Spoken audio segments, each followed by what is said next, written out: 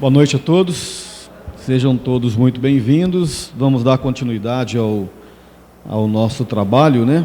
E vamos começar, como é de costume, pelo nosso amigo José Amaral, para a primeira pergunta da noite.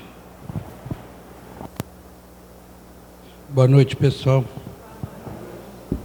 E tem uma perguntinha boa aqui, e extensa, mas a gente vai tentar fazer o mais rápido possível e talvez preparar um tema bem maior para ser estudo de uma palestra.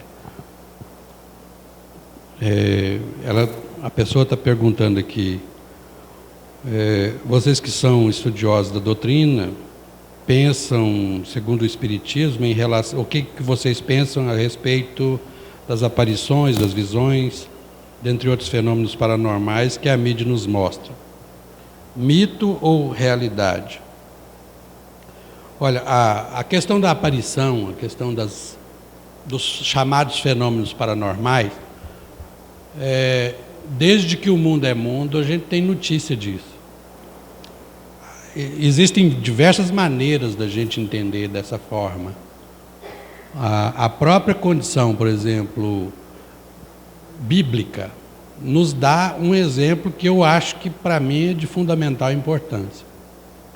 Quando Jesus pega Pedro, Tiago e João e sobe com eles ao alto do monte, o Monte Tabor, lá Jesus se transfigura. Transfiguração é um fenômeno que hoje a parapsicologia entende e explica razoavelmente, que é a transposição do perispírito para fora do corpo físico, e com o fenômeno de ectoplasmia, o ectoplasma ele é luminescente, ele é fluorescente à noite. Então ele fica branquíssimo, ele fica iluminado. Então quando Jesus se iluminou lá no alto do Monte Tabor, a narração, inclusive, do Evangelho, suas vestes se tornaram tão brancas que nenhum lavadeiro sobre a terra as podia tornar assim. Os discípulos ficaram até com medo. Pedro estava morrendo de medo, pensou, na hora que apareceu Elias e Moisés, aqui, dois mortos, eles apareceram para Jesus e os discípulos. Alguns às vezes falavam, mas Elias não morreu, Elias foi levado no carro de fogo. Tudo bem, mas Moisés morreu na entrada da cidade. Então, se você quer negar um fato, não tem como você negar totalmente, porque se um tiver justificativa e tiver a apresentação, para mim basta, não precisa dos dois ter aparecido. O Elias pode ter voltado da condição em que ele estava e aparecer ali. Mas é uma aparição. E Jesus e os discípulos forneceram os equipamentos básicos que precisa para uma materialização, que é o material que a gente chama de ectoplasma. É um fenômeno de ectoplasmia. É daí que vem, por exemplo, os estudos da parapsicologia, que dividem os fenômenos em três grandes grupos, que é o fenômeno psicapa. Os fenômenos psicapa são os fenômenos objetivos, são os fenômenos que qualquer criatura vê, enxerga. São fenômenos de telecinesia, por exemplo, ou de movimento de objetos através da mente. Algumas, por exemplo, são, para mim, históricas, porque em 86, aqui no Hospital Felício Roxo, o professor Henrique Rodrigues tratou de um caso que no Hospital Felício Roxo, no corredor do hospital, uma enfermeira grávida de 7 meses encontrou, isso saiu no jornal Estado de Minas, na época, em 86. Ela encontrou com um monte de toalhas voando no corredor e entrando numa outra sala. Quase que ela dá à luz, estava escrito textualmente no jornal, quase que ela dá à luz ao ver esse monte de toalhas voando e entrando numa outra sala. Isso é o chamado fenômeno psicapa, porque qualquer pessoa que estivesse ali veria. O fenômeno psicapa é o fenômeno objetivo. Isso é uma classificação da parapsicologia que reuniu todas as nomenclaturas variadas do passado. Eu falei uma delas aqui agora, telecinesia, que seria exatamente isso, fazer uma coisa movimentar-se à distância. para ficar todos iguais e uniformizados, em 1953 teve um congresso internacional na cidade de Utrecht, se não me engano, na Alemanha. Aí lá eles colocaram padronizado os nomes, que é psicapa, psigama e psiteta. Psicapa são os objetivos, qualquer pessoa vê acontecer, são, né, movimentos, né, panelas caindo, às vezes pessoas, por exemplo, que principalmente a mulher, quando ela está, né, em períodos de TPM, que a gente chama de TPM, ou algum problema grave está acontecendo no seu metabolismo, né, na menarca, durante a menarca, na primeira menstruação, o período prévio da primeira menstruação, isso é muito comum, existem relações, segundo o professor Henrique Rodrigues, tinha relação entre um fenômeno e outro. Então, acontece esse tipo de fenômeno. Às vezes, ponteiros de relógio giram. A Nina Kulagina, que era uma das mais famosas médiuns, que fazia a agulha de uma bússola girar parecendo uma hélice de helicóptero, com a força do pensamento. Aqui em Divinópolis, lá na casa do Vicente, no CEP, lá, a gente fez algumas pesquisas nessa área. A gente não achava a pessoa, porque ele tem um equipamento lá que tem um pêndulo, atrás tem uma célula fotoelétrica e um diodozinho que, na hora que você tira o pêndulo através da mente, ele está bloqueado, não tem jeito de soprar lá dentro, está totalmente bloqueado. Aí a pessoa mentalmente tem que tirar o pêndulo da frente, porque aí na hora que tira o pêndulo da frente, a célula fotoelétrica registra e dá um bip. Eu me lembro que uma vez nós, né, até trabalhamos com uma moça que ela não dava conta de tirar o pêndulo do lugar, mas ela alterava a eletricidade da lâmpada. Isso na hora que a gente queria. A gente falava para ela, assim, apaga a lâmpada agora. Ela apagava a lâmpada, acendia, apaga, e debaixo de controle. Então a gente percebeu que é por isso que tocava telefone na casa dela, por isso que algumas coisas elétricas, fenômenos elétricos aconteciam na casa dela. Pena que a gente não continuou o trabalho, então, portanto, a gente não chegou a conclusão nenhuma. Segundo fenômeno é psigama. Gama é objetivo, é o chamado, os fenômenos que estão localizados na nossa mente, que é telepatia, a previdência ou a antevisão de algum determinado fato, que a gente na doutrina espírita chama de fenômeno de dupla vista. E o terceiro fenômeno, que é o fenômeno psiteta. Teta é a abreviatura da palavra thanatos, do grego, que quer dizer morte. Então, o fenômeno psiteta é o fenômeno provocado por um morto, que se chegou à conclusão naquela época, né, em Belo Horizonte, pelo professor Henrique Rodrigues, que o fenômeno que estava acontecendo lá, sabonete voando, molho de toalhas voando, chegou-se à conclusão que era um fenômeno psiteta. Por quê? Porque a pessoa, no campo físico, a pessoa encarnada, o médium que cedia o ectoplasma, era uma menina. Ele chegou lá e levantou a hipótese. É provável que tenha aqui uma menina no seu período menstrual primário, antes da primeira menstruação. A 50 metros de distância estava internado por problemas na primeira menstruação, uma menina de 13, se não me engano, de 12 ou 13 anos mais ou menos, que ele julgou ser a causa do fenômeno. E o fenômeno era psiteta, provocado por um morto, porque ele era inteligente. Mas a menina não sabia o que estava acontecendo, ela nem sabia o que estava acontecendo. Então, o ectoplasma dela era pego, segundo a explicação do professor Henrique Rodrigues, levado ali, e o espírito utilizava do ectoplasma e fazia os movimentos. Os movimentos eram movimentos inteligentes. Por serem movimentos inteligentes, então, só pode ser, a conclusão, segundo ele, um fenômeno provocado por um morto, porque a menina não sabia o que estava acontecendo. E se alguém estava provocando o fenômeno é inteligente, então só podia ser uma inteligência que estava provocando aquilo. E aí a conclusão lógica nesse aspecto é o fenômeno psiteta. Pode existir fenômeno psigama, teta, psicapa, teta. Tá ok? Que são misturados os dois. Vou ficar por aqui, porque senão vai tomar muito tempo essa pergunta. Depois a gente vai fazer um estudo só sobre isso. Parapsicologia e espiritismo, tá ok? Aproveitando aqui o gancho, o José colocou da questão hormonal, né, principalmente da jovem, da mulher adolescente. Não foi por acaso que na época da codificação, quando o Kardec estruturou a Sociedade Espírita de Paris, chegaram, né, alguns médiuns, que também não foi por acaso, e a maioria das médiuns das quais ele se comunicava, que ele comunicava com o mundo espiritual, eram mulheres e eram jovens, né? Julie e Caroline Baldan, 13 e 15 anos aproximadamente, a senhorita Japé, 16 anos aproximadamente, e a irmã Stufo, que era uma jovem criança, uma jovem também de 15, 16 anos.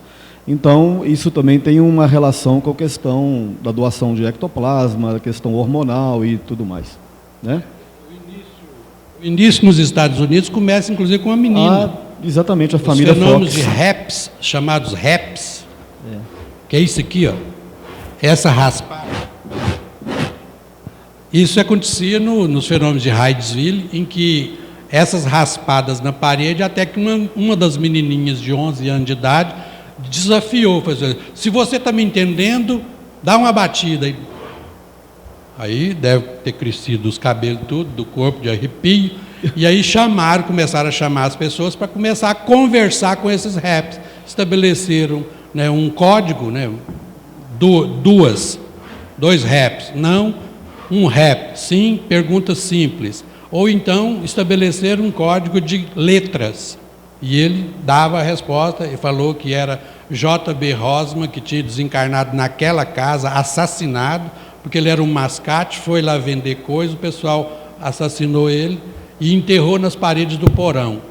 Cavaram nas paredes, lá no chão do porão, não achou ninguém, porque ele não tinha falado nas paredes do porão, ele falou que tinha enterrado no porão. Eles cavaram no chão, não acharam, só encontraram, isso foi em 1848, só encontraram em 1904, mas ele estava enterrado na parede. As crianças estavam brincando já no escombro da casa, aí que localizaram o esqueleto enterrado na parede, aí confirma-se a história de J.B. Rosman e as irmãs Fox no fenômeno de Hydesville.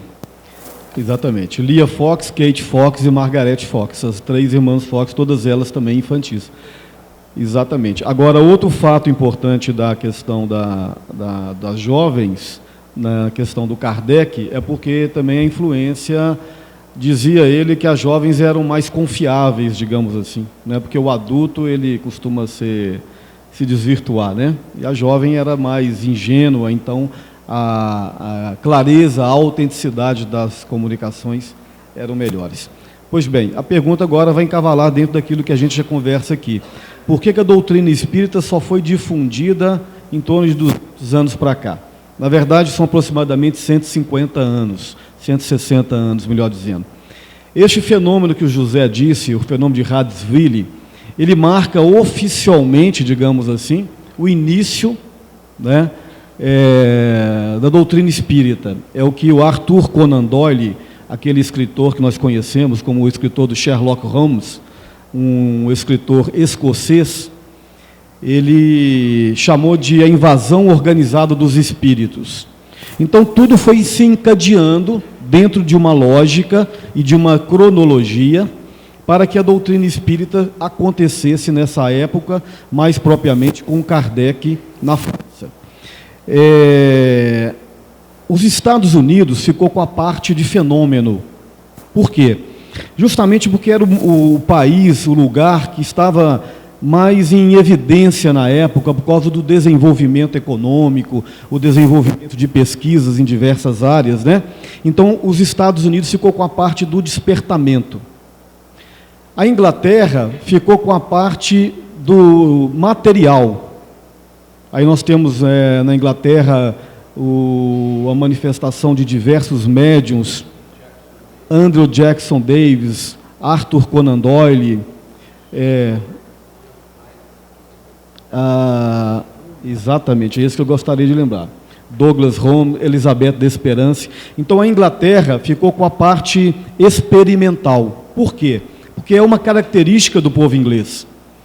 O povo inglês não tem uma ascendência dos gregos, nem dos latinos, nem de Roma, porque Roma não conseguiu invadir a ilha da Inglaterra, né? Então a Inglaterra, eles são muito mais objetivos. A França é muito mais normativa. Então a parte filosófica, isso que eu estou dizendo aqui é fala do José Herculano Pires. A parte filosófica ficou com a França, ficou com Kardec. A parte experimental ficou com a Inglaterra, com William Crookes e tantos outros, né? Porque a Inglaterra é a terra do Maxwell, é a terra do Darwin, né? Do Isaac Newton, é a terra da ciência, da ciência palpável, mensurável, tangível, né? E a França, culturalmente, né, ela é filosófica, é a terra do Spinoza, a terra do Descartes, é a terra da filosofia grega, que veio através dos romanos, e os Estados Unidos ficou com despertamento. E o Brasil, no segundo período, ficou com a parte mais moral, mais evangélica, digamos assim, né? Pois bem, então a doutrina espírita, ela só chegou a 160 anos dentro de um projeto elaborado pela espiritualidade. Porque se ela tivesse vindo antes, ela tinha sido abafada, ela não teria sido compreendida. Aliás, ainda hoje, a maioria de nós não a compreendemos ainda na sua essência. Inclusive, muitos de nós espíritas. Tem um livro que, inclusive, nós estudamos ele uma vez, Curso Dinâmico do Espiritismo, lembra? O capítulo 1, né? Espiritismo Grande e Desconhecido. Lembra disso? O Herculano trabalha que a doutrina espírita é desconhecida da maioria das pessoas, inclusive de nós espíritas ainda. Então imagine vocês se ela tivesse vindo há 500 anos atrás, na Idade Média, a idade do obscurantismo, a idade das trevas, né? Na época que se queimavam os médiuns como bruxas ou bruxos. Então ela tinha sido abortado. Então a doutrina espírita só veio depois de uma série de revoluções sociais, dentre elas a Revolução Francesa, o Iluminismo, o Renascentismo, o racionalismo, o humanismo. Só depois de tudo isso é que ela veio, no momento preciso, no momento certo, na França, com Kardec, a parte filosófica. Por quê? Porque era o momento que ali a França borbulhava intelectualidade, a França respirava filosofia. A França, naquela época, era a terra da liberdade, a terra do pensamento, né? Então, tudo veio se encadear dentro de uma lógica, dentro de um planejamento que foi feito pelo mundo espiritual, né? Sob a tutela de Jesus, sob a coordenação do Espírito de Verdade e sobre uma coordenação de uma pleiade de espíritos superiores que trabalharam no mundo espiritual em consonância com o mundo físico, através de Allan Kardec, através do senhor Didier, do senhor Frontier, do senhor Sanson, do senhor Jobard, de Camille Flammarion, de Hermance Truffaut. Ou seja, foram duas equipes, uma equipe no mundo espiritual, uma equipe no mundo físico e uma coordenação entre elas, que era Allan Kardec. E o Allan Kardec não era médium.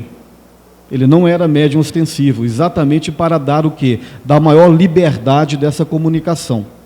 Então, tudo foi muito bem planejado pela espiritualidade. Existe um livro chamado A Grande Revelação, desse escritor Arthur Conan Doyle, de 1918.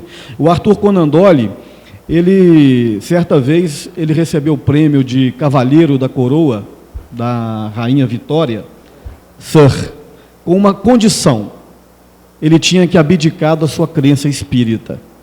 Aí ele mandou agradecer a rainha e falar: não, muito obrigado, eu não preciso disso não, eu não vou abdicar da minha crença jamais. Mas mesmo assim a rainha deu para ele o título de Sir.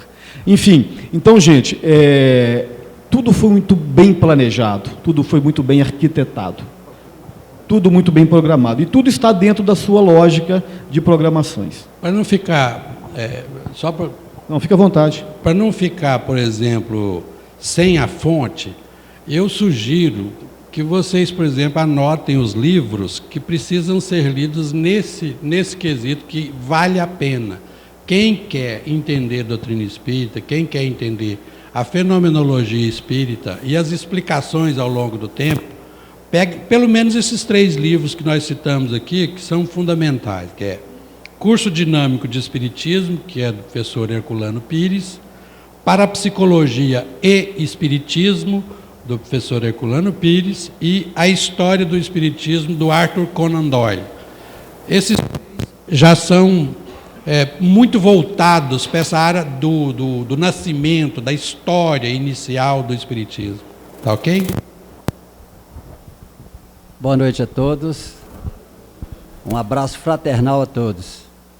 Hoje os nossos companheiros aqui declararam que o Espiritismo é um grande desconhecido. Mas hoje ele ficou clareado aqui com essa explanação maravilhosa que tanto o José Amaral quanto o Alexandre deu para nós, né? Então, ele deu um incentivo àquela pessoa que não conhece o Espiritismo procurar entendê-lo, que é uma maravilha, viu? É um fator de felicidade o Espiritismo. A pergunta que nos foi dirigida aqui é a seguinte: e o ciúme está mais ligado às ruins ou más energias? É que também isso aqui gasta um tempo muito grande para aprofundar muito, mas nós estamos aqui só para dar uma luz. Realmente, a pessoa ciumenta, ele é uma pessoa desconfiada, coitado, e torna-se até desequilibrado,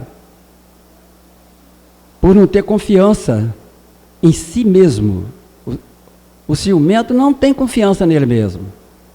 Então ele cria realmente uma condição de atrair e de emitir vibrações menos felizes.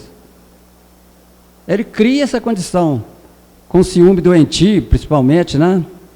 Então, a gente se analisar friamente o ciúme, a gente vai notar que a pessoa ciumenta é uma pessoa desequilibrada, não é isso? Não tem confiança. Então, ele tem que ter essa confiança. A pessoa confiante, ela não sente ciúme, certo? É um defeito que nós temos que trabalhar para não ter o ciúme. Ele emite uma força negativa muito poderosa, certo? Então, é por aí.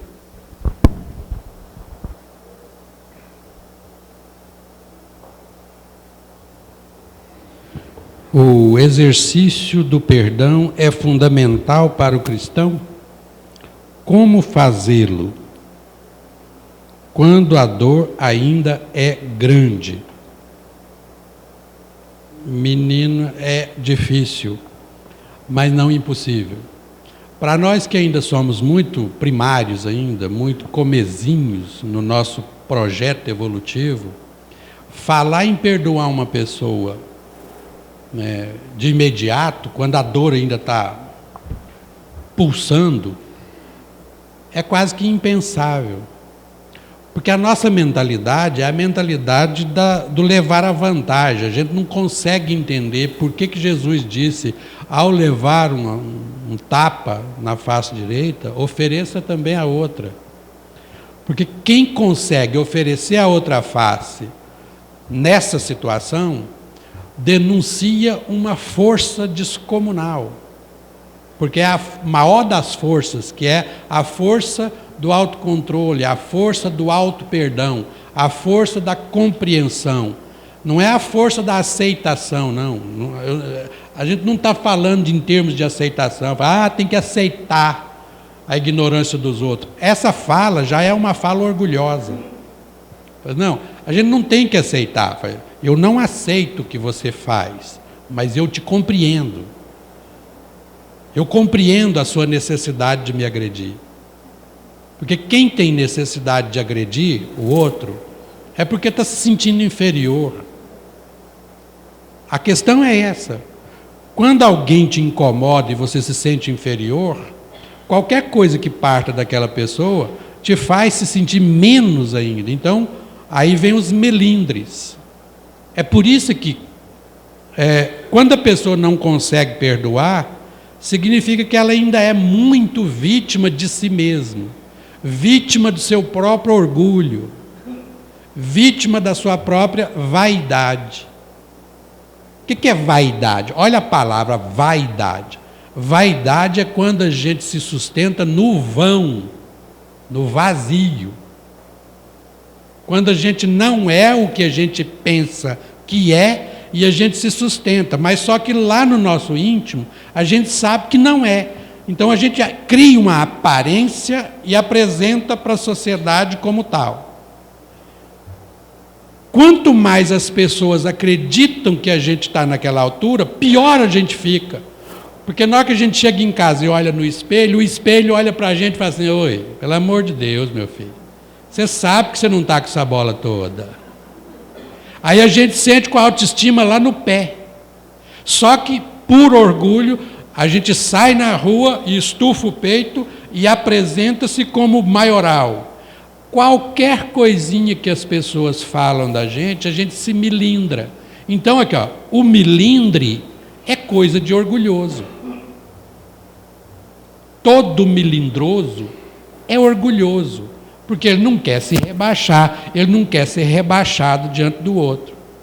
É por isso que quando Jesus coloca para nós, ofereça a outra face quando alguém lhe bate nessa, porque você vai dar a ele a oportunidade de pensar sobre a sua própria atitude.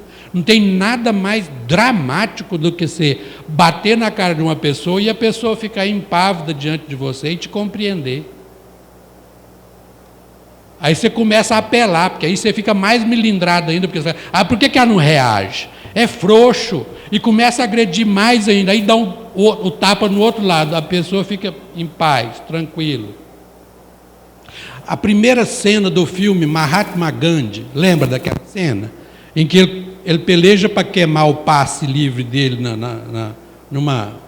num fogozinho que estava lá na praça, lá, ele vai para queimar, o cara vem e dá nele uma bordoada, ele custa levantar, trêmulo já, pega o papel, vai para levar, a pessoa vem dar nele uma bordoada, ele olha para ele com compaixão, entendendo a necessidade dele de o agredir, e pega de novo.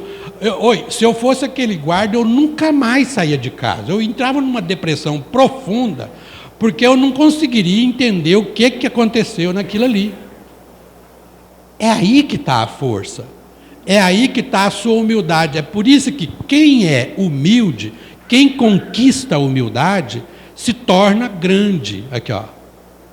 Jesus não era pouca coisa. E é por isso que a gente demorou tanto, e ainda demora tanto, para entender o que ele diz.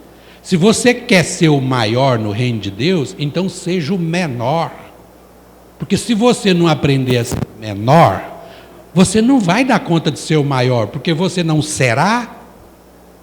Se você tem ainda necessidade de ser maior do que o outro, não aceita nada que o outro faça para você, porque você se sente diminuído, isso é porque você já está na condição de diminuído, é por isso que você não aceita. É por isso que você não se perdoa. É por isso que qualquer coisa que venha do outro, você se milindra, você acha ruim, você fica todo não me toques. Então, aprender uma coisa, aprender a olhar o outro e perceber a necessidade que o outro tem de levantar a autoestima dele em função de nós. Se a gente conseguir passar isso, nós estamos aptos a entender o que é viver nesse planeta da melhor forma possível. Respeitar e compreender o outro. Não resistais ao mal. Tudo que Jesus disse para nós nos remete a esse ponto aqui. Ó. Por quê? Se perdoe, porque quando você se perdoa, você se torna grande espiritualmente. Você se torna um ser iluminado. É por isso que quem consegue fazer isso não dá conta de colocar a luz embaixo do alqueire. Todo mundo percebe, vai colocar a luz no velador. Se torna visível. Qualquer pessoa que age dessa forma se torna visível. Nós vimos aí agora 10 dias de comemoração por causa de um ex-presidiário, negro, africano, mudou a história do planeta Terra. Não foi uma pessoa nem duas que comemoraram, foi o planeta Terra inteiro. Um cara que passou 27 anos na cadeia, e no dia que saiu, nós temos que aprender a amar aqueles que nos agridem, porque se a gente não aprender a amar aqueles que nos agridem, eles terão razão de nos agredir. Dá para dormir com um barulho desse? um ex-presidiário, 27 anos, morando num cubículo de 2,45 por 1,87 m, muda a história do planeta. Por quê? Porque se perdoou por ser negro, se perdoou por ser um ser humano frágil, se perdoou por ser um ser humano africano, se perdoou por ser um ser humano cheio de mazelas, mas um herói porque venceu a si mesmo. Eu não deixo ninguém subir nas minhas costas e não preciso de subir nas costas de ninguém. Eu tenho que ser apenas empático, eu tenho que me empatar com o outro, nunca mais, nunca menos. Nelson Mandela, Mahatma Gandhi, é só aprender com eles e a gente aprende a ser grande. Não grande maior do que os outros, grande porque nós damos conta de vencer a si mesmos. Ufa, né? Tenho maus pensamentos quase sempre. Por quê? O que devo fazer para evitá-los? Excelente pergunta. Até porque eu também tenho esses maus pensamentos, né? E, bom, é muito difícil a gente compreender exatamente a origem dos maus pensamentos, mas vamos tentar, pelo menos, chegar próximo. Os nossos pensamentos, nosso corpo mental, a nossa estrutura mental, ela é muito complexa, né? Nós temos um cérebro físico, nós temos, dentro da perspectiva espírita, um cérebro perispiritual, nós temos um chamado corpo mental, segundo a fala do André Luiz, ele chama de um ralo energético, e nós temos um espírito. Então, na verdade, a origem dos nossos pensamentos não é físico, não é psicofísico, ele é espiritual. A origem dos pensamentos está no espírito, que vibra nesse corpo mental, que somatiza-se no perispírito e materializa-se no corpo físico, e nós expressamos esse pensamento ou através da fala ou através das nossas ações. Pois bem, e por que nós temos maus pensamentos? O Emmanuel diz que nós vivemos entre sombras e luzes. O nosso passado é um passado sangrento e nosso futuro é um horizonte resplandecente. Então, os nossos pensamentos, eles têm uma origem do cotidiano, das nossas relações sociais, das nossas relações de trabalho, os programas televisivos que temos hábitos de assistir, as conversações que temos o hábito de travar, né? E tudo mais.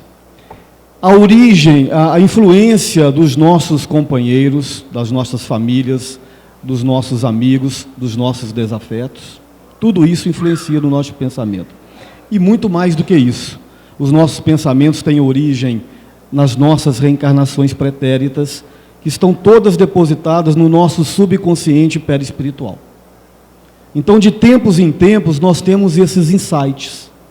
E, além de tudo isso, ainda tem a influência dos amigos desencarnados, que, porventura, nós os atraímos. Então, olha como é que é complexo a questão dos pensamentos, né? Os maus pensamentos, eles têm a origem, evidentemente, nas nossas más condutas, da atualidade ou do passado. Os bons pensamentos têm também a origem nas nossas boas condutas, da atualidade ou do passado. Então, é natural que, na condição em que nós estejamos, nós ainda sejamos assaltados pelos nossos pensamentos maus. Mas cabe a cada um de nós, a partir de agora, vigiar os pensamentos. Talvez por isso Jesus tenha dito, né? Orar e vigiar. Oração é ação agora. Vigiar é manter-se vigilante através da nossa postura mental, e da nossa postura vibracional e das nossas atitudes.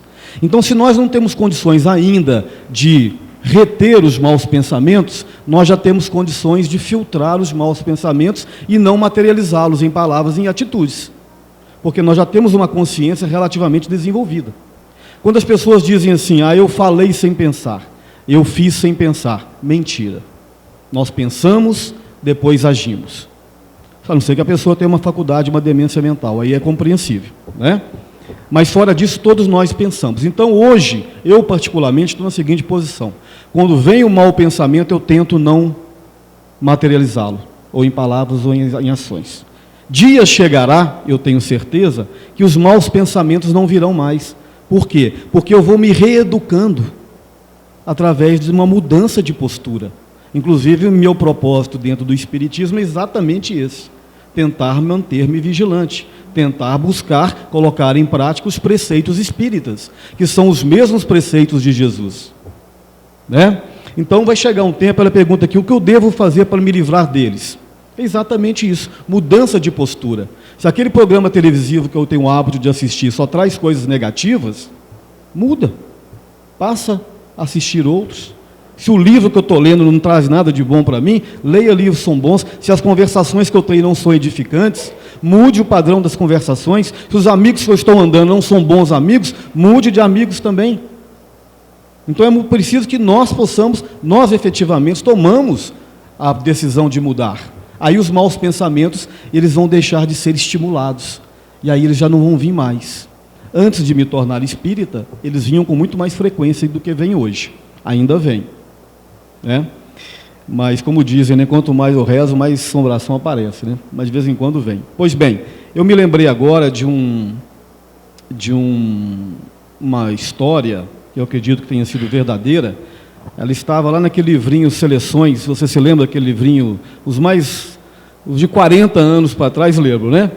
E nesse livro conta a história de um repórter do Nova York, que no final da guerra da colonização americana, que dizimou aproximadamente 20 milhões de índios, ele foi entrevistar um chefe Sioux, que durante esse período, né, ele adquiriu muita notoriedade, mais ou menos um Nelson Mandela da época. E esse repórter foi entrevistar esse chefe Sioux e perguntou para ele assim: por que os selvagens, os indígenas, mantêm um comportamento extremamente primitivo, animalizado, fazendo coisas absurdas, e ao mesmo tempo mantêm uma atitude infantil, ingênua, né? Aí ele respondeu assim: meu amigo, nós temos 2 lobos se degladiando dentro de nós, um muito mau e um muito bom. E o repórter então retrucou: e qual que vence a batalha? E então ele respondeu: aquele que eu alimento mais. Então os nossos pensamentos são frutos daquilo que nós buscamos, daquilo que nós alimentamos. Super bem explicado pelo nosso irmão, mas eu gostaria de colocar uma coisinha só, e a receita é do nosso mestre: vigiai e orai. Ele passou para ele, vigiar os nossos pensamentos, certo? E de acordo com o nosso conhecimento, nós não vamos materializar esses pensamentos menos felizes que nós temos. Muito bem, a pergunta aqui é a seguinte: quando nossos pais desencarnam e reencarnam novamente para outra missão, eles deixam de ser nossos pais? Ou são pais somente na encarnação que tiveram conosco? Veja bem, na verdade, o único parentesco definitivo que existe entre nós seres humanos é ser irmão do outro. Nós temos só um pai, que é Deus, Ele que nos criou a todos. Por isso que Jesus tratava todo mundo como irmão, porque na verdade é o único que existe parentesco. Quando a gente está aqui, a gente está pai, está mãe, certo? Mas ela coloca aqui que ou são pais somente na encarnação. Nessa encarnação você tem que criar um vínculo. Vocês me desculpem dar uma exemplificação de mim próprio.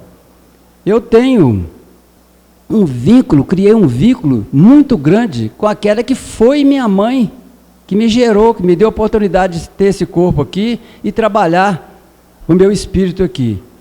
Então eu criei uma amizade muito grande com ela. Ela desencarnou, ela continua sendo minha mãe, mas ainda mais do que isso, a minha amiga, aquela que vela por mim.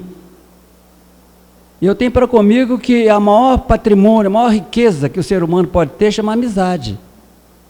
Ela vale aqui e muito mais ainda depois no mundo espiritual.